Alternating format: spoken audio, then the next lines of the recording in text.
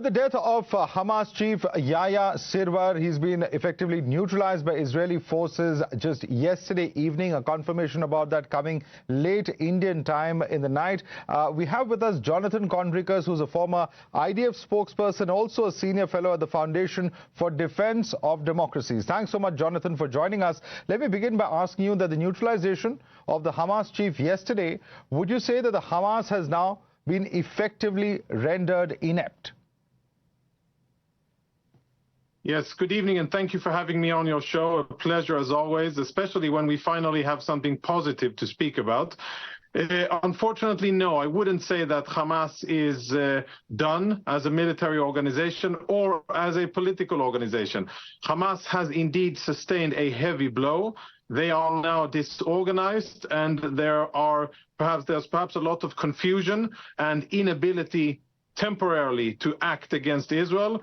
But unfortunately, we cannot, with this action alone, defeat Hamas, and there is still more action needed. However, there is a window of opportunity for the remaining Hamas leaders to actually surrender, call a ceasefire, and return the Israeli hostages. If they decide to do so, then the war could end and all the suffering could be ended for Israelis and for Gazans. Right. And also, as someone who's been privy to operations of this nature in the past, what can you tell us about the kind of strategy and planning that could have led to a successful execution this time?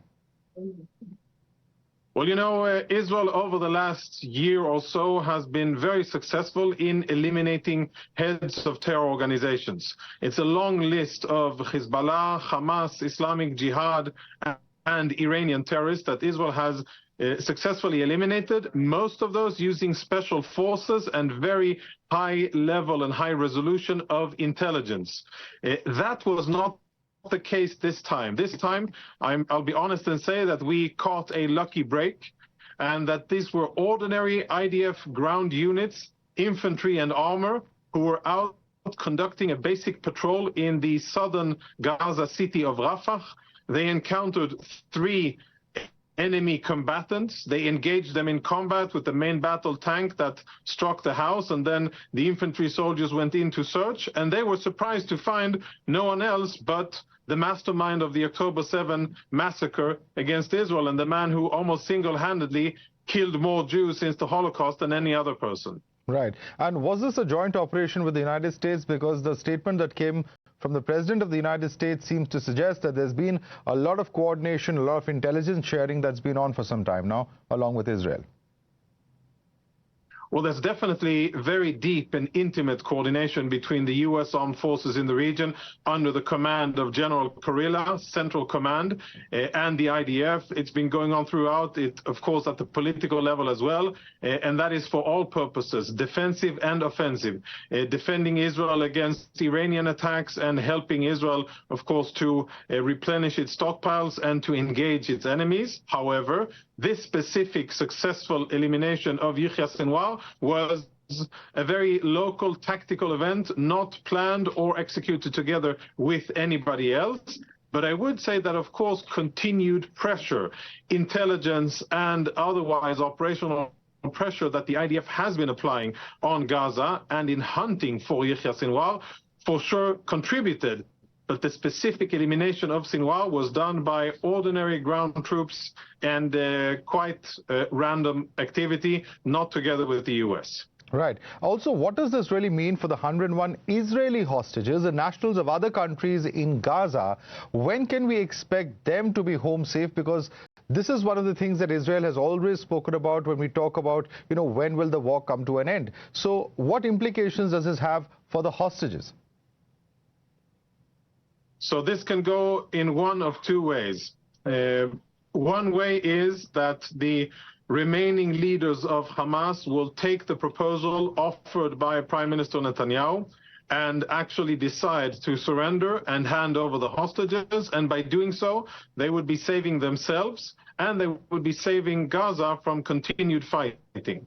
That's one option. The second option is that Hamas takes punitive measures against our hostages, and of course we hope that this doesn't happen, but there is a risk that Hamas will escalate the situation by executing the remaining Israeli hostages. And I'll remind everybody watching, we have 101 Israeli hostages, most of them civilians who have been in Hamas captivity for over 1 year, including 2 babies, one of them who has spent more time in Hamas dungeons than he has spent outside of them. He was abducted when he was 5 months old, and he's now almost 1.5 years old.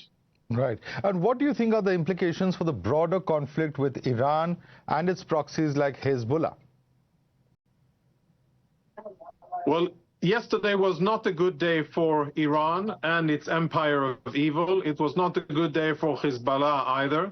And I think it was a good day for any freedom-loving fighters against terrorism. Any democracy that fights against terrorists, whether it is in Western Asia or in other countries.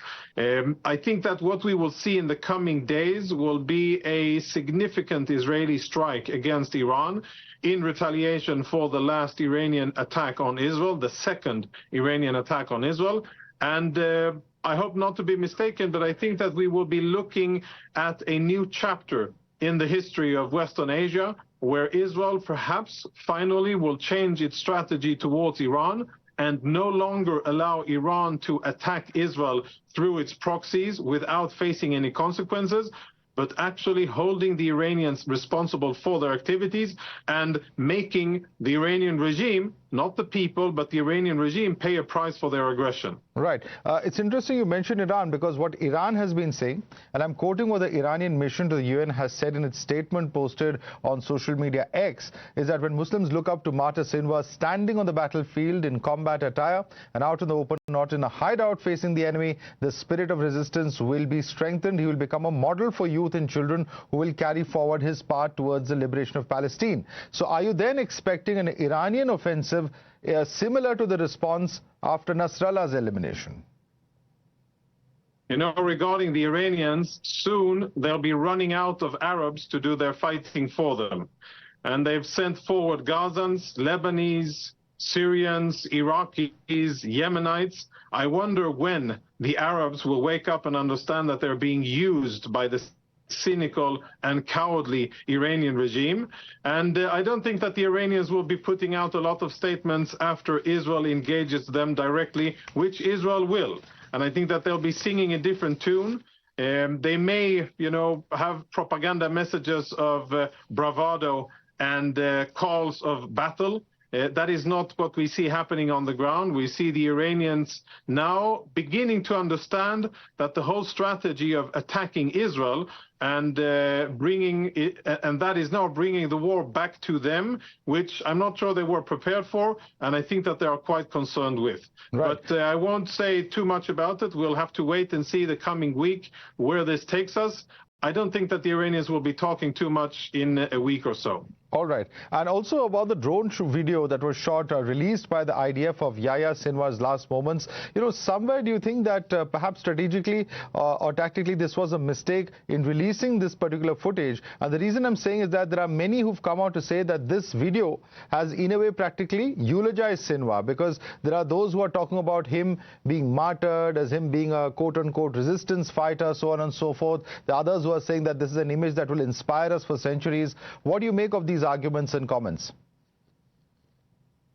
You know, people can be inspired by whatever they want. And I think that people that espouse the extremist ideology of extremist Islam, I don't think that they need special reasons. They can take things out of their imagination. They can be inspired by misinterpreting the Holy Quran, and they can be inspired by perceived injustices or whatever. There's really no stop to it. What I know is that Yahya Sinwar spent most, if not all, of his last year hiding in tunnels like a coward. He was not out on the battlefield. He was sending poor Gazans to fight for him.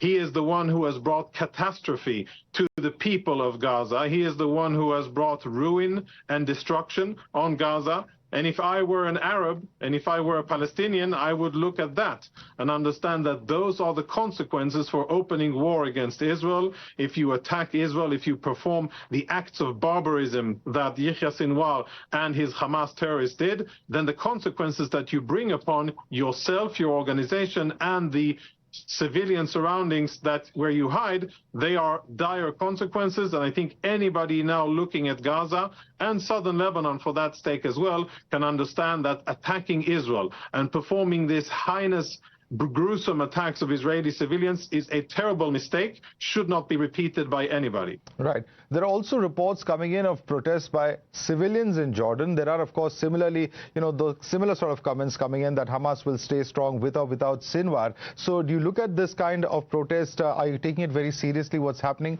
in the neighborhood of Israel? Yes, we are. Jordan is an important country, and they have a large and restive Palestinian population, which is causing a lot of trouble and instability.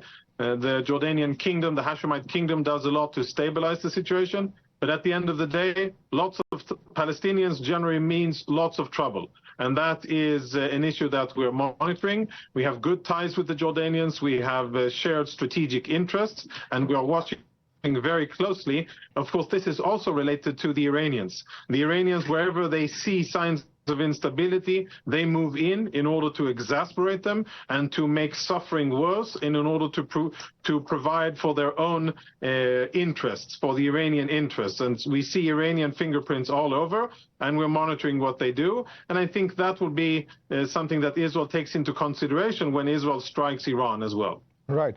You, of course, spoke of the different possibilities of various peace deals, etc., and what all is on the table. But what is your realistic assessment in terms of the war ending now? There is a lot of international pressure also building up, saying now is perhaps the time to de-escalate. It's perhaps a time for ceasefire. Yeah, we'll have to distinguish here between the war against Hamas in Gaza and the other active fronts. Regarding Gaza, I think that it's very clear what Israel wants. If Israel could wrap this up, get our hostages home, and deny Hamas the ability to regroup and continue to control the Gaza Strip, then Israel would do that. And Israel has indeed offered the remaining leaders of Hamas to do exactly that. With an intention of ending the fighting, ending suffering, turning the page, and starting to rebuild southern Israel and rebuild Gaza. If Hamas takes that offer, then that will be a very good step forward, and that would be great for civilians on both sides of the border. The other areas where Israel is being attacked from, Lebanon, Syria, Yemen, Iraq, and first and foremost Iran, there is still lots of unfinished business there, and I think that since they opened and they started these aggressions against Israel, Israel is obliged to defend itself and make sure that our enemies won't be able to continue to attack us, to safeguard Israeli civilians. So I do not see a swift end to the fighting against Hezbollah or the Iranians. There is still a lot of work to be done. Right.